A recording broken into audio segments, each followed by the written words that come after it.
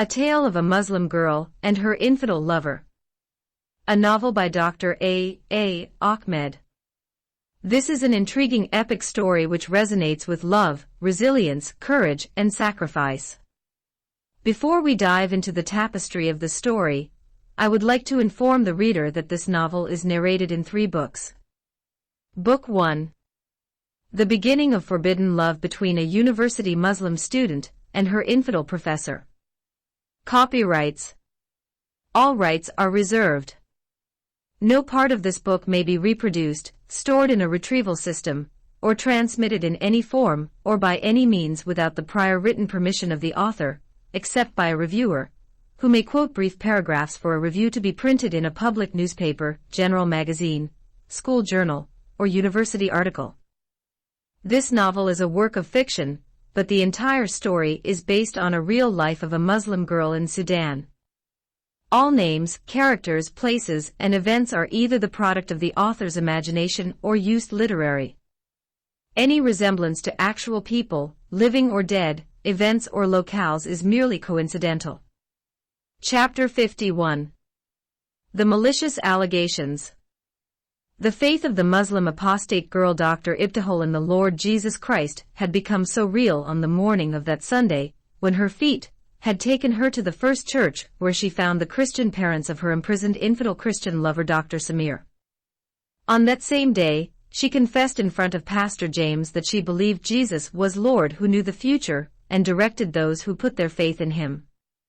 He was the one who directed her to go to the south of Sudan to look for the parents of her lover. He was the one who put in her heart to pick the city of Juba out of thousands of cities and towns in the south. He was the one who protected and kept her safe in that train of death. He was the one who put in the heart of the pharmacist Nadia to keep her in her house for 2 days. He was the one who brought her to that hotel where she found a Christian girl called Susan John to take her to the right church. Otherwise, how could she find a Christian girl in the hotel? And that girl brought her to the church where Samir's parents come regularly to worship. Pastor James decided to take the Princess Ibtihal in his car to the house of her fiancé's parents. Before she left the church, she thanked her friend Susan John and gave her some money for the lunch she promised to buy for her. She apologized to her for not keeping her promise by taking her for lunch in a restaurant of her own choice.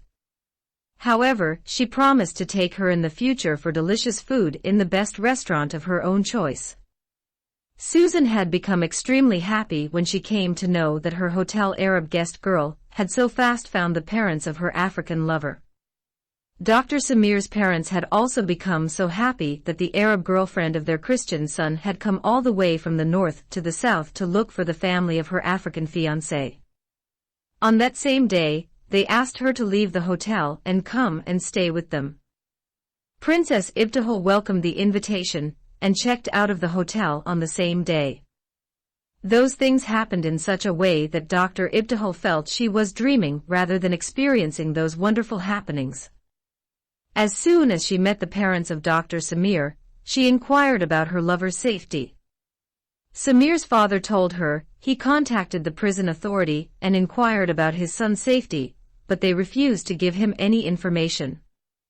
Then the father said to her, "The good Lord who had protected you and brought you here would not deprive you of your lover." Dr. Ibtihal had become amazed by the faith of her lover's father. Dr. Samir had 3 sisters and 2 brothers. All of them were younger than him. All 5 African siblings were still living with their parents when the Arab girlfriend of their eldest brother came to live with them. The names of Dr. Samir's siblings, according to their ages beginning from the eldest to the youngest, were Susan, James, Mary, John, and Gloria. Their mother was known as Teresa. She was a Coptic Christian woman who was born and brought up in Alexandria City, Egypt. Her African husband was called Peter Deng, who was born in Juba. The father and mother showed love to the girlfriend of their son from day one and treated her as one of their daughters. Sadly, his sisters showed different attitudes toward the Arab girlfriend of their brother. They felt that she was the one who was responsible for everything that happened to their African brother Samir. As a matter of fact, the information of the Sharia court trials of the African lover Dr. Samir and his Arab girlfriend Dr. Ibtihal had reached the church in Juba City distorted and twisted. Most of the news came to them through some church members who happened to visit the capital city of Sudan when the trials took place. Those visitors had been ill-treated and discriminated against by the Sudanese Arabs of the north. Therefore, those southern people out of hatred toward the Sudanese Arabs had added some false stories to the real events which actually did not take place. Those informers made the Arab girl Ibtihal appear as a selfish pleasure-seeker woman who destroyed the career of Dr. Samir and put his life in danger. According to those false talebearers, at the last Sharia court trial, the Arab judge set the Dr. Ibtihal free without any punishment because she was an Arab and Muslim girl like him, while he condemned Dr. Samir because he was an African and infidel Christian. Therefore, the sisters made to believe that their African brother was falsely condemned for kidnapping and raping an Arab girl. For that reason, the innocent Dr. Samir had been sentenced by the Sharia court to be whipped 100 lashes and spent 1 year in prison. It did not take Dr. Ibtihal long to discover the negative attitudes of the sisters of her lover. She tried by all means to ignore them, but they continued to harass her. She tolerated their unfriendly attitudes for a few weeks, until one day one of the sisters had a fight with her. "Why do you hate me, Sister Susan?" asked the Princess Ibtihal. "All of us here hated you before you came to our house. You are just a selfish girl who cares about her safety only. Have you ever thought of finding out what had happened to our innocent brother Samir? Do you know whether he is dead or alive? You ran away from the north and came to hide here in the south. You are wrong, Sister Susan. I had tried to find out about my lover Dr. Samir's safety, but the police refused to tell me anything about him. The same thing they told your father they told me. I had never thought of running away from the north. It was the Lord Jesus who told me to come here to look for my lover's parents." How the Lord Jesus could possibly talk to a Muslim girl who doesn't believe in him? Yes, he talked to me when I was a Muslim girl in jail. He spoke to me while I was suffering and dying alone in my cell, and told me I will never leave you, never deny you, and never make you feel ashamed of yourself. The same voice who talked to me in jail was the one that talked to me again when everybody had forsaken me, and I was thrown into the streets and became homeless. He said to me, "Go and look for his parents in the south of Sudan." At that time, I did not know your address. I did not know in which city Dr. Samir's parents lived. But the Lord guided me to this city, and to the same church that Dr. Samir's parents come every Sunday for worship. How do we know that my brother didn't tell you about us, and where we were living, and gave you the address of our church? Your brother did not tell me anything about his parents. Impossible, shouted Gloria.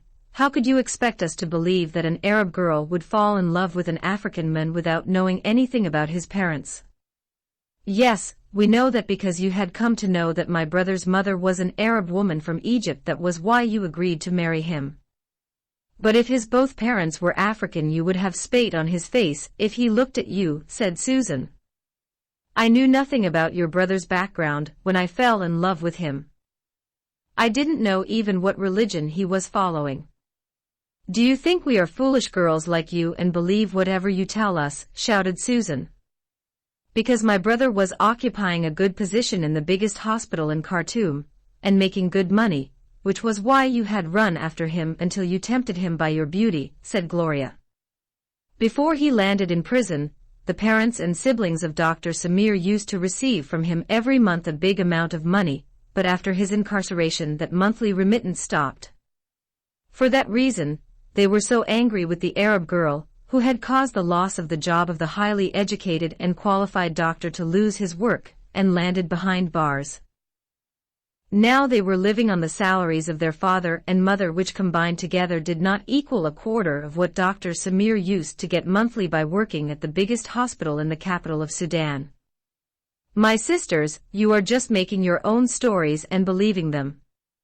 Why don't you wait until we get some information about my boyfriend, Dr. Samir? When he comes out of prison, he will tell his family and everybody else the truth about me, said the Princess Ibtihal impatiently. That first unpleasant confrontation ended there, but the angry sisters did not stop attacking the Arab girlfriend of their African brother and continued to accuse her of all sorts of false allegations. All those quarrels took place behind the back of their Christian parents. The parents were busy with their work and knew nothing about all of those fights. Dr. Ibtihal hid those quarrels from the parents because she did not want to create division in the family. She thought that sooner or later the sisters would come to know the truth about the genuine and sacrificial love she had in her heart for their brother, and then they would realize that they had unfairly accused her. Chapter 52. She is same as other racist Arabs. Princess Dr. Ibtihal spent 3 months in that unfriendly atmosphere. She tolerated everything for the sake of her lover and to keep the unity of that house. During those 3 months, she attended the church regularly with Dr. Samir's family. She tried her best to be helpful in the house. Although the family had 2 servants in the house, still she did whatever she could to show the parents and siblings of her lover that she was not just a lazy girl who wanted to be served by others. Dr. Samir's 5 siblings were students attending their school. Their attitudes toward their brother's girlfriend did not change. They kept on attacking and accusing her all the time. They were using colorful words and sometimes they used fake accusations and called her racially loaded insults. They just wanted her to run away from their house and go back from where she came from. Almost 4 months passed since that cunning Maulana of the Sharia court convicted Dr. Samir of kidnapping someone's wife. Until that time, his family did not get any news about their son. A new nasty rumor suddenly erupted in the church, which said that Dr. Samir died due to the cruel beatings of the 100 lashes. Another version of the ugly rumor said he got murdered by some Muslim inmates, and they killed him because he was a Christian man who allegedly kidnapped a Muslim girl. The rumor was brought by a woman who visited the capital city and claimed to have heard it from some of her relatives who were living in Khartoum. The sisters of Dr. Samir heard the rumor and believed it. When the family returned home that Sunday, Susan confronted Princess Ibtihal in front of her parents. "My brother Samir had been brutally killed by those bloody Arab murderers," shouted Susan while she was crying bitterly. "No, I cannot believe that news. The Lord Jesus could not allow something like this to happen to my boyfriend," said the Dr. Ibtihal. "You are the one who killed our brother," shouted Susan. "Don't say that, Susan," shouted Samir's father. "Yes, Daddy, she is a murderer. She is such a selfish woman. She knew the Sharia court convicted my brother unjustly of kidnapping and raping her. Why didn't she stay in Khartoum and appeal the case? Why didn't she tell the judge of the Islamic court that she ran away with my brother to Eritrea of her own free will? Why did she come to hide from her Arab family in the south? She is just like any other bloody racist and selfish Arab girl." "Don't condemn all Arabs, my daughter," said Samir's mother. The mother was an Egyptian Arab and therefore didn't like it when her daughter called Arabs were bloody racist people. "She is similar to other racist Arabs," screamed Susan while her mouth was spitting at the princess. "Yes, Mom," shouted Mary, "what Susan is saying about this girl is true. Since she came here, she never bothered to contact the prison authority and try to find out what had happened to our brother. At least she should tell the court that my brother was innocent." "You have gotten me wrong, Sister Mary. I told the judge that Samir was innocent. I told him I was the one who came up with the plan of escaping out of Sudan. He didn't even bother to listen to me. He just stood up and walked out of the courtroom.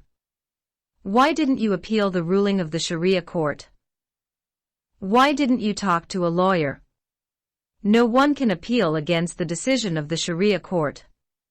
"Do you think we are fools?" shouted Mary, who was foaming in her mouth while she was speaking. "Yes, Mary, she thinks we are just stupid Southerners who know nothing about the judicial system in the North," said Susan. My daughters, please let us trust the Lord and wait. If what you are saying is true, the Lord will expose it, and if what this Arab girl is telling is true, the Lord also will reveal it, said Samir's father. How long should we wait, Daddy? Said John, who was speaking also for the first time. Everyone in the church is saying that our brother Samir had been murdered by those Arab bastards and murderers in Khartoum City, and you want us to wait, said James, who also opened his mouth for the first time. Mind your words, my son, said the father. Yes, Dad, they are murderers. They came here and raped our African women, enslaved our children, and murdered our people, continued James, speaking very angrily. But this girl has nothing to do with all that, said the mother. She has the same Arab blood in her veins, and the same racial hatred toward us, said James. James is right, this girl is no different from those Arab murderers who killed my brother Samir, said Susan. We must kick her out of our house right away, shouted Gloria. Upon hearing the words of Gloria, the Princess Ibtihal covered her face with her hands and began to cry loudly. Then she got up from the sofa and ran out of the house into the street. She did not wait for the wrathful siblings of her African lover to eject her physically out of their residence. Chapter 53.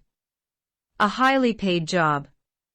Although the Muslim apostate girl Dr. Ibtihal understood that she would not be able to live any longer among those wrathful sisters and brothers of her Christian lover, still she did not give up on hope. She believed that the Lord who directed her to go to the south and look for his family would sooner or later prove her innocence. Therefore, the Arab girlfriend had decided to stay in Juba City until she would come to know what had happened to her African lover. For that reason, on that Sunday afternoon, due to that unpleasant confrontation with the siblings of Dr. Samir, Dr. Ibtihal went to the residence of Pastor James and told him what had happened to her in her fiancé's house. I am deeply saddened to hear about that quarrel, my Arab daughter Ibtihal, said Pastor James in a sad voice. I am also doubly sorry and feeling so much disappointed by the unfriendly attitudes of those sisters and brothers of my unjustly imprisoned lover. What are you planning to do, my daughter Ibtihal? Will you go back to the north? I am not going back to the north. I am going to stay here until I know what has happened to my boyfriend. I will pray for you, my daughter, that the Lord will prove your innocence and fulfill your heart desire. Thank you so much, Pastor James. You are welcome to stay at my house until the Lord gives you a job and a place to stay on your own. Can I rent a place and stay by myself? Why not? So many young girls in my church stay by themselves. As long as a girl can afford to pay her rent, no one can kick her out of her apartment. Pastor James, I want you to find an apartment for me to rent as soon as possible. I have some money that will help me to pay my rent until I get a job. I will find you a good and safe place, my daughter. Even if you want to work, I can arrange that for you too. Thank you so much, Pastor James. I want to work and support myself. I don't want to be a burden on anyone. What kind of work can you do? Any work you find for me I will do. Can you work as a maidservant for a family in our church, or a nanny, and take care of little children in someone's house? Or do you want to babysit children in your rented apartment? For sure, I can do any of those jobs. Have you done any of those services before? No, I haven't, but I am an educated girl. I believe I can manage one of these jobs. Okay, my daughter Ibtihal, I will talk to some families in the church, and I believe the good Lord will give you favor in their eyes. Before I talk to those families, I would like to know what level of education you have reached. Also, it will be good if you tell me what kind of work you used to do when you were in the north. I was working as a medical doctor in a big hospital in Khartoum called Soba Hospital, but my love affair with Dr. Samir had created a serious problem between me and my people and therefore prevented me from continuing my work as a qualified physician in the Soba Hospital. Pastor James opened his mouth and eyes wide before he said, Praise the Lord, my daughter Ibtihal. Since you are a recognized medical doctor in a big hospital in the north, why don't you work as a physician in Juba General Hospital? I wish I could get a chance to practice my profession over here, but I do not have university certificates or working experience with me to prove my claim as a medical practitioner. Where are your certificates now? I kept them with someone when I went to jail. When I came out of prison, I came to know that my documents were lost. Why don't you contact your hospital and university and request them to send you copies of your documents? For sure the University of Khartoum will reissue duplicate copies of my certificates, and the Soba Hospital Authority can send a letter of experience to prove that I had worked with them. Okay, my daughter Ibtihal, please keep this matter between you, me, and the Lord. After that, the Dr. Ibtihal lived a couple of weeks with Pastor James and his family before she found a double-bedroom apartment and rented it. Then she went with Pastor James to the Juba General Hospital and applied for a position. Before calling her for an interview, the hospital authority corresponded with the University of Khartoum and Soba Hospital to verify her claims. When the hospital obtained all the necessary documents and pieces of evidence, they called Dr. Ibtihal for an interview. Shortly after the interview, she received her appointment letter. All those processes took 2 months. During that period, the Arab girl Ibtihal continued to attend the same church where Dr. Samir's family members come every Sunday for worship. In the meantime, her African fiancé's siblings' negative attitudes toward her did not change. However, after she left their house, they could not attack her directly anymore. They had continued to despise her and slander and defame her name without her knowledge. They tried to convince Pastor James to kick her out of the church, but they did not succeed. They convinced many people in the church that she was the main cause of the death of their late brother Dr. Samir. Therefore, many people called her on her back a murderer and a disgusting racist Arab woman. Some fanatic Christian women called her the whore of Babel, while other African girls said she had the evil spirit of Jezebel. The hatred and anger of Dr. Samir's siblings toward the Princess Dr. Ibtihal had become extremely heated when Pastor James on a Sunday service surprised his church worshippers when he announced from the pulpit that the Princess Ibtihal Taha Alamin had been appointed a medical doctor at the Juba General Hospital. Before that day, no one knew she was a doctor. Even Dr. Samir's parents and siblings were shocked when they heard the incredible news. Princess Ibtihal had never spoken or bragged about her university education and an honorable job while she was living in the house of her lover's family. Many Southerners think all the Arab Muslims of the North don't allow their daughters to go to schools or work anywhere. Therefore, many believers were so shocked when they came to know that the Arab girl who came to their city as a fugitive and homeless woman in a few months had obtained such an honorable position. It was a coveted position that many African doctors in Juba City waited for many years to obtain, but none of them did get it. Before that Sunday's announcement by Pastor James, no one in the church knew that Ibtihal was a university graduate, and she used to work as a doctor in the biggest hospital in Khartoum City. Chapter 54. A military raid on a baptism day. I would like to warn the reader to pay good attention to what is going to happen next. I made this warning in advance due to the sharp disputations between the earlier narrators of the story. I don't want the reader to make any hasty judgment or reach an immature conclusion.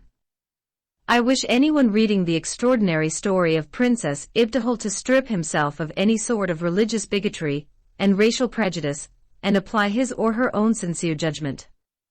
Having said that, let us resume narrating the story. Dr. Ibtihal began her work in Juba Hospital immediately after she got her appointment letter. After obtaining that coveted job in the biggest hospital in the south, things worked beautifully in her life. She continued to fellowship in the same church. Her new job at the General Hospital began with great excitement and challenges. The main challenges she faced were the language and culture barriers. Even so, she used a language translator and cultural interpreter to overcome those difficulties and complexities. She was quite pleased with her new job, and every now and then she shared her experience in the church. Naturally, not everyone was happy to hear her wonderful testimonies. Some believers accused her, behind her back, of being a liar or a sort of showing off.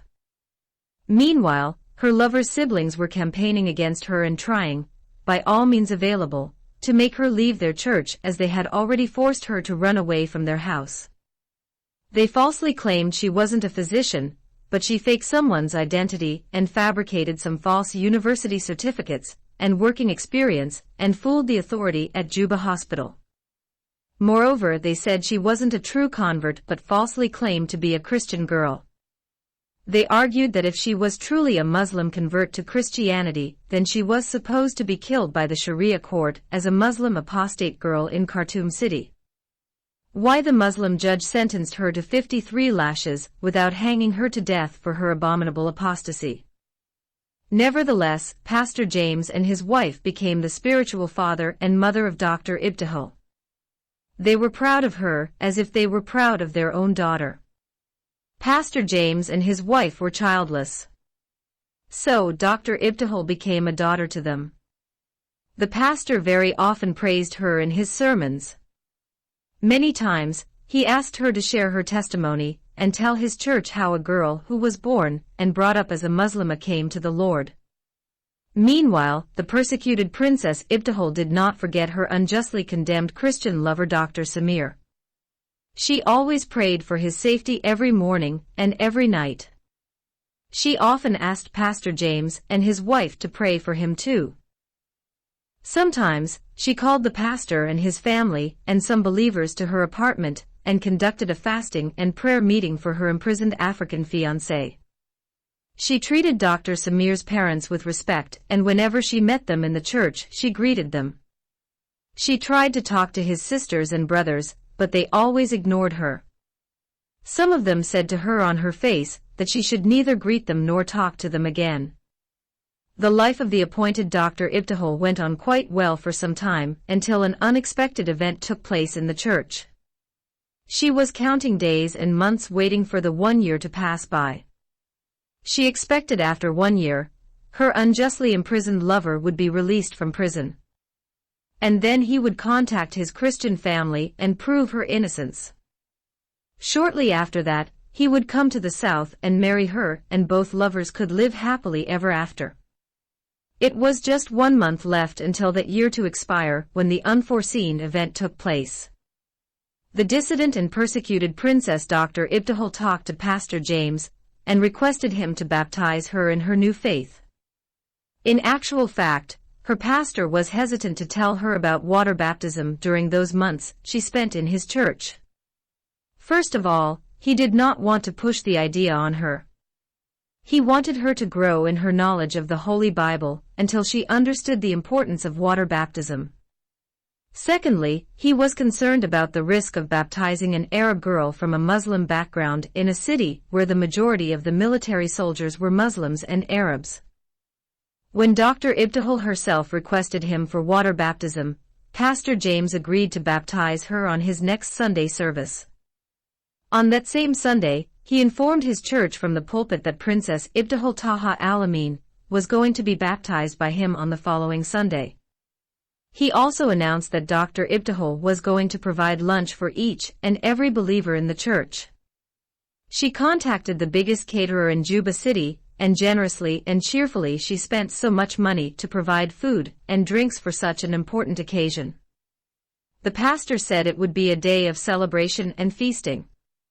As might be expected, such happy news was not received as good news by some believers in the church. Those unhappy believers considered the Arab girl just a pretender, and she wanted to show off. Some of them called her a bloody murderer. Dr. Samir's sisters, Susan and Gloria, talked to some elderly African women and convinced them to try to stop the church pastor from baptizing a Muslim girl, who was the main cause of the untimely death of their beloved brother, the late Dr. Samir Peter Deng. Even so, Pastor James refused to accept the intervention of those elderly sisters. He told them he and his wife knew the Arab Dr. Ibtihal for many months, and they were convinced by her behavior that she was a good believer and innocent of those accusations of her lover's siblings. It so happened on that baptism Sunday morning after the praise and worship and message were over, and while the baptism was going on, the congregation was astonished when the happy event was interrupted by a military raid. More than 30 military soldiers entered the church and blocked all the doors. All those soldiers were armed to their teeth, as if they came for real battle against their bitter enemies, who were harboring against them particularly deep-seated hatred. At first, the worshippers thought that the Arab soldiers came to massacre them. Therefore, in a few minutes all the believers, young and old, hid between the pews. Only Pastor James, 2 church elders, and the baptized Arab girl the Princess Ibtihal remained standing on their feet. Dr. Ibtihal's clothes were wet while she was still standing inside the baptism pool. One of the Arab soldiers approached Pastor James and harshly said to him, "You are under arrest. What crime have I done? You have brainwashed and converted a Muslim girl to Christianity and baptized her too." Pastor James had not brainwashed my mind nor converted me from Islam to Christianity. I had done that on my own accord, shouted the baptized Arab girl Ibtihal in response to the false charges. "Shut up your dirty mouth, you bitch," shouted the same soldier, and then he struck the Princess Ibtihal on her face with his hand until she fell back in the pool. When she stood again, her mouth was bleeding copiously. "Sir, you shouldn't have done that here. You were not supposed to beat a woman in a church," said one of the elders. "Who are you to tell me what to do and not to do? Know you not that Sudan is a Muslim country and converting a Muslim girl to Christianity is a capital crime punishable by the law? The punishment of apostasy in Islam is death. Many Christians were forced to become Muslims against their wishes, and no one punished those who converted them," said the same elder. "We have not come here to argue with you. We had received information that a Muslim girl was converted to Christianity, and today she would be baptized in this church. We have raided this church and caught you all red-handed. You all 3 are under arrest along with this apostate Muslim woman." Chapter 55. The public protest of the Christians of Juba. The Muslim apostate girl Dr. Ibtihal was attending that church for so many months. Why then did those military Arab soldiers raid the church and arrested her, and her pastor, and 2 elders only on the day of her water baptism? This question received various speculations and different answers. Most of the narrators believed that the sisters and brothers of Dr. Samir informed the military base in Juba about the conversion and baptism of the Arab girl Ibtihal. Those narrators based their arguments on the fact that the informant did not lodge his complaint to the police authority, instead he disclosed it to the military army. The informant knew and understood that the majority of the Copts in the city were Southern Christians. No Christian Cop would take an action against a Muslim girl who converted to Christianity. Moreover, such a person knew that 75% of the army soldiers were Muslims from the north of Sudan, and the remaining 25% were Islamic volunteers who were known as mujahideen, or holy warfighters. Therefore, any of those Muslim soldiers and mujahideen would take drastic action if he were informed that a Muslim Arab doctor who had converted to Christianity was going to be baptized in the biggest church in Juba City. For him, such a daring act was not only an abominable deed in Islam, but a capital crime that leads to the death penalty. Furthermore, the informant chose the baptism Sunday day because he wanted to make sure when those Muslim soldiers arrive in the church, they will catch the Muslim convert girl red-handed. In other words, the informant did not want to give Dr. Ibtihal a chance to deny her conversion from Islam to Christianity. If such a line of reasoning was true, then the informer must be a person who hated the Princess Dr. Ibtihal and wanted to destroy her life. And no one had such a deep gross hatred and bitter enmity against her at the church except Dr. Samir's sisters and brothers. Some narrators rejected the above conclusion and argued that the informant might be a bad Christian or spy planted inside the church by the military base. He might be a Southern Christian who indiscriminately hated all Arab Muslims because some Arab Muslim soldiers had raped his underage sisters and killed his parents and other siblings. Some narrators went further than that and suggested that the informant might be a Muslim who got the news of the Arab Muslim princess Ibtihal's conversion and the day of her water baptism from a Christian friend or neighbor from that church. Other narrators said he might be someone who hated Pastor James and seized the opportunity of the baptism of a Muslim girl to put him in trouble with the Muslim soldiers. Whoever might be that informant and whatever his ulterior motives might be, the arrest of Dr. Ibtihal put her life into an extremely dangerous situation. The Arab Muslim soldiers had not taken the apprehended for Christians to the police station, but to their military lockup. When the soldiers arrested Dr. Ibtihal, they did not know anything about her previous 2 trials by the Sharia court in the north. What they knew about her before the arrest was that she was a Muslim Arab girl who had been converted to Christianity by Pastor James. They were also informed that she was working as a medical doctor at Juba General Hospital. More than that, those Muslim soldiers knew nothing about the Princess Ibtihal Taha al-Amin. The Arab soldiers know that there is Northwest Sharia court in the south to deal with the case of the 4 arrested Christians. For that reason, they detained them in their lockup and decided to fly them in their military helicopter to the north. Before they could fly them from the south, there was a great protest that took place in the streets of Juba City. Many Christian churches organized peaceful public protests and demanded the release of Pastor James and the other 3 Christians who were held up in a military base. The protesters went around the city and shouted their demands. The police authority did not stop or hinder them because they were marching peacefully. The protesters from all over the city gathered in front of the military base and continued to shout and demand the release of the innocent pastor and the other 3 Christian detainees. When the military soldiers did not respond to their demands, some of the young protesters began to cast stones inside the base. The police tried to stop those young protesters from throwing stones inside the military base, but they could not. Some Muslim generals in the military base interpreted that as the Christian majority police officers were siding with the southern protesters. Consequently, they issued an order to their soldiers to disperse the protesters even if that would put them into real confrontation with the police. 85% of those soldiers were the bloodthirsty Janjaweed who were known for their war crimes, genocide, rapes, lootings, and burning, which they committed against non-combatant citizens in the Darfur region. When those Muslim Janjaweed opened fire on the protesters, the police of Juba were taken by surprise. In a few hours, hundreds of people were shot dead and many wounded. Many police officers were also shot dead. It was a great massacre. The survivors fled in great terror and went and hid in the jungle. The Janjaweed chased them and gunned down many innocent Christians. Many old people and children were killed. Those who were killed through stampede were more in number than those who were killed by the bullets of the Muslim soldiers. The city went into chaos for many hours. During that time of chaos, the morals failed, and many African women got gang-raped by the Arab Janjaweed and other bad Southerners. Stores and houses were looted. The city of Juba remained the whole night without police. Only the military trucks and Janjaweed vehicles continued circling in the city and attacking any cop or a civilian who was seen walking or standing in the streets. The curfew could not be able to restore peace to the city until the next day.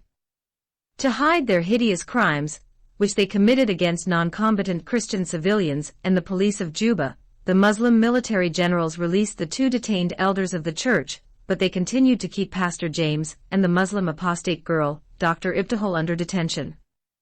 Chapter 56. The abuse of Ibtihal inside the military base. Her unexpected arrest in the south of Sudan led to a huge turn in the life of the Muslim apostate girl Dr. Ibtihal. For that reason, I decided to study her unlawful capture from without and also investigate it from within. In the previous 2 chapters, I mentioned the special effects of the arrest from without. In the following chapters, I will follow the arrest from within. Some narrators ignored one side of the detention and concentrated on the other side, while others did the opposite. On that fateful Sunday morning, Dr. Ibtihal and her pastor along with the other 2 elders of the church were arrested for violating the Islamic Sharia law, which strictly forbids a Muslim from converting to another religion. According to that law, any Muslim man or Muslima woman who willingly forsakes Islam and embraces another religion is guilty of apostasy. Apostasy in Islam is considered treason, and anyone found guilty of it is condemned to death. The law also prescribes serious punishment for those who convinced or assisted the Muslim convert and led to his apostasy. Although such an Islamic law violates Article 18 of the Charter of Human Rights, still Muslims follow their so-called divinely revealed Islamic law and ignore the man-made law of the United Nations. According to Article 18 of the Charter of Human Rights, everyone has the right to freedom of thought, conscience, and religion. This right includes freedom to change his religion or belief, and freedom, either alone or in community with others and in public or private, to manifest his religion or belief in teaching, practice, worship, and observance. After the military raid, the apostate girl Dr. Ibtihal, Pastor James, and the 2 elders were handcuffed and taken as criminals from inside the church in front of the extremely terrified church congregation. Then they were thrown inside a military truck that drove them to the military base. The last time Dr. Ibtihal saw her pastor and the 2 elders was when the truck stopped inside the base. She was pulled out of the truck first, and then she was dragged and pushed inside a dark room. There were no windows in that room. The room had not lights and was reeking with a foul smell. Although it was daytime, Dr. Ibtihal could not see her own body. She remained in that pitch room for quite a long time, before 2 soldiers opened the door and fetched her out. She was taken to another room, a bit bigger than the previous one. In that room, she saw her pastor and the other 2 elders while they were tied to some chairs on which they were sitting. She too had been ordered to sit, and some soldiers tied her to the same chair. A highly ranked military general began to question her. "Now tell us when you became a Christian woman." "A year ago, sir," replied Dr. Ibtihal. "Who taught you about Christianity?" "No one, sir." Then the apostate Muslim girl felt as if someone had hit her with a hammer on her face. She responded loudly, screaming, "We know everything about you. Even your pastor had just confessed a few minutes ago that you attended his church regularly for a year and learned the Christian gospel there." "Sir," said the apostate girl while she was weeping, "I had read the Christian Holy Bible before I met Pastor James." "Who convinced you to become a Christian woman?" "No one, sir." Once again, Dr. Ibtihal had felt another powerful strike hit her on her head and made her fall on the floor along with her chair. One soldier tried to assist her to sit again, but her interrogator forbade him from helping her. "Leave her lying like a dirty bitch who was caught in a brothel house." While she was falling on the floor, the apostate girl realized her skirt had been rolled above her thighs and exposed her red underwear. To keep her privacy, she turned her body around until she hid her chastity. "Have you been baptized today by these 3 Christian men?" "Yes, sir." "What is your full name?" "My name is Ibtihal Taha al-Amin." "What is your tribe?" "I am from the tribe of Aldanagla." "What is the place of your birth?" "Gadaref city." "When did you come to the city of Juba?" "Around a year ago." "Do you admit that you were born and brought up as a Muslim girl and then converted to Christianity?" "Yes, sir." "Is your father alive?" "No, sir." "Do you have your family here?" "I do not have family in this city." "What do you do in Juba city?" "I am a medical doctor at the Juba General Hospital." "Take her back to the other darkroom," shouted angrily her interrogator. There were conflicting reports as to what had happened to Dr. Ibtihal during her confinement on that military base. She was kept inside that dark room for over a month before she had been flown back to Khartoum City. Some narrators reported that she was gang-raped and tortured. Other narrators stated that she wasn't raped, but she was cruelly beaten and tortured. Yet other narrators said that she had neither been raped nor tortured. Those narrators who made the last two claims based their reports on conjecture. According to them, if she had been raped, then why her rapist did not make her pregnant? Most probably, those narrators had in mind the case of the despicable blackmailer and rapist, the psychiatrist Dr. Ismail, who fathered a child with her against her wish. Some Christian narrators rejected the rape on the ground of the promise that Dr. Ibtihal had received from the Lord when he spoke to her in her cell in Khartoum prison. "I will never leave you, never deny you, and never make you feel ashamed of yourself." But I find it difficult to see the point that they were trying to make here. If a girl had been raped by some evil persons, that did not mean her rapists had made her feel ashamed of herself. Unfortunately, in Indian society, if a girl gets raped, people around her would expect her to kill herself. Thank God such evil social custom is practiced only in India. Moreover, the Hindu people sometimes burn a live widow with the dead corpse of her deceased husband. Accordingly, it was difficult to decide which narrator was telling the truth. There was no direct quotation from the early biographers of the dissident Princess Ibtihal to support or deny either report. The apprehended Dr. Ibtihal and her detained Pastor James were transferred in a military helicopter from Juba to Khartoum. The narrators again disagreed about how many days they were held imprisoned in that military base. It is safe to say that they had spent between 30 to 40 days in Juba before they were flown into a military chopper to jail in Khartoum City. All narrators except a few agreed that the place in which Dr. Ibtihal was confined is Khobar prison for women.